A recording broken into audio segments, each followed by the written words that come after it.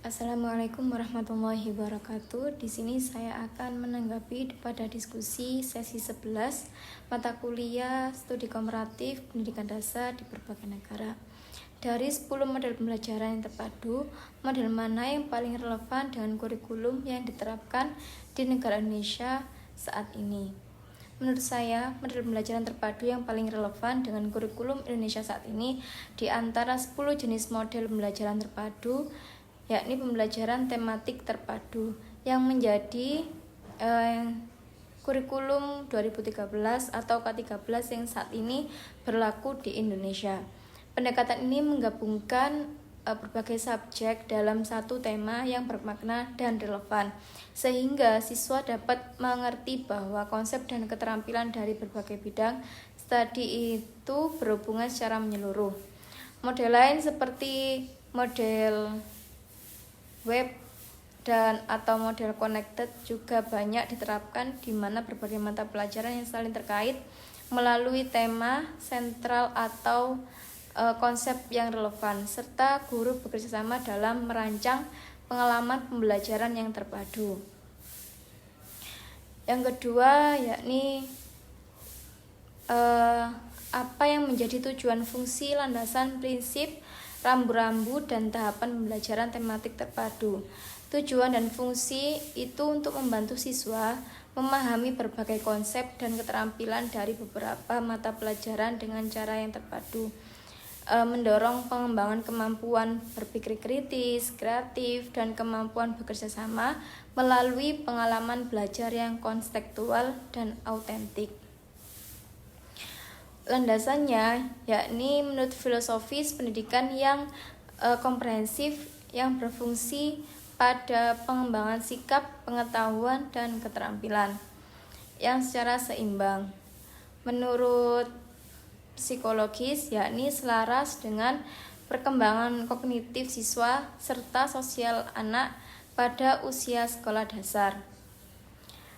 Selanjutnya menurut kurikuler, berdasarkan kurikulum 2013 yang mengedepankan pembelajaran berbasis tema dan integratif. Prinsip-prinsip pembelajaran yang berpusat pada siswa,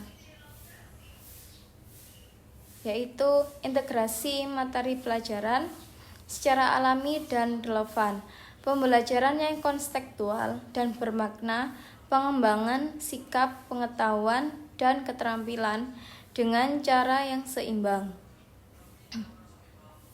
kerjasama antar guru dan antar bidang studi.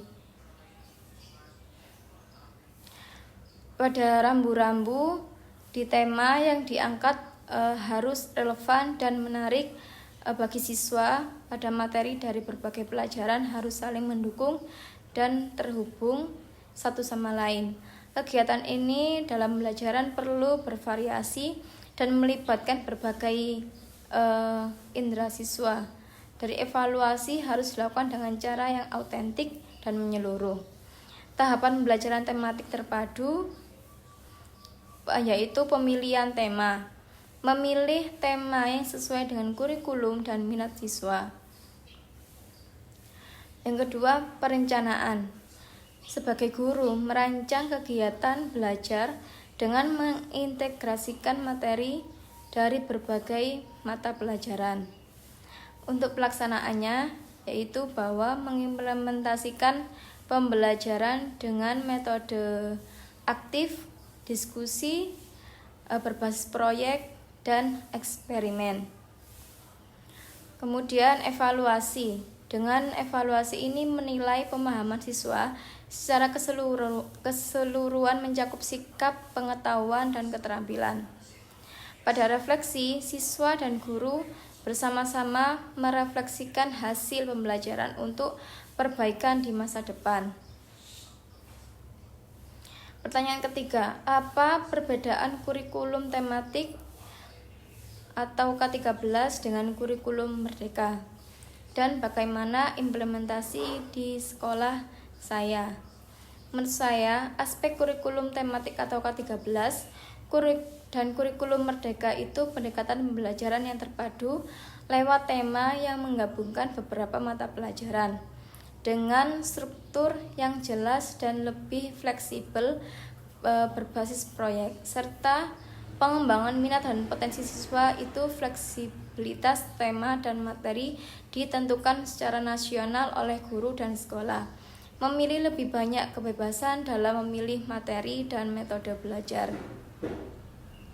Pada peran guru menjadi fasilitator serta mengelola tema sebagai fasilitator, inovator, dan pembelajar sepanjang hayat.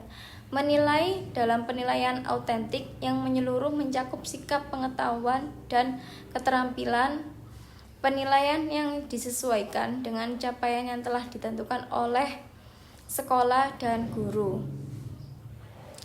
Pada pengembangan karakter, terintegrasi dalam tema dan pembelajaran ditetapkan secara lebih eksplisit dan disesuaikan dengan kebutuhan siswa dan sekolah. Kemandirian sekolah terbatas pada tema dan materi yang sudah ada, memiliki keleluasaan dalam memilih materi, metode pembelajaran, dan evaluasi implementasi di sekolah. Seperti di sekolah saya, tepatnya di MI Plus Darussalam Sidoarjo, bahwa penerapan kurikulum Merdeka Belajar yang memberikan kesempatan bagi guru untuk menentukan tema dan metode pembelajaran yang sesuai dengan karakteristik serta kebutuhan siswa.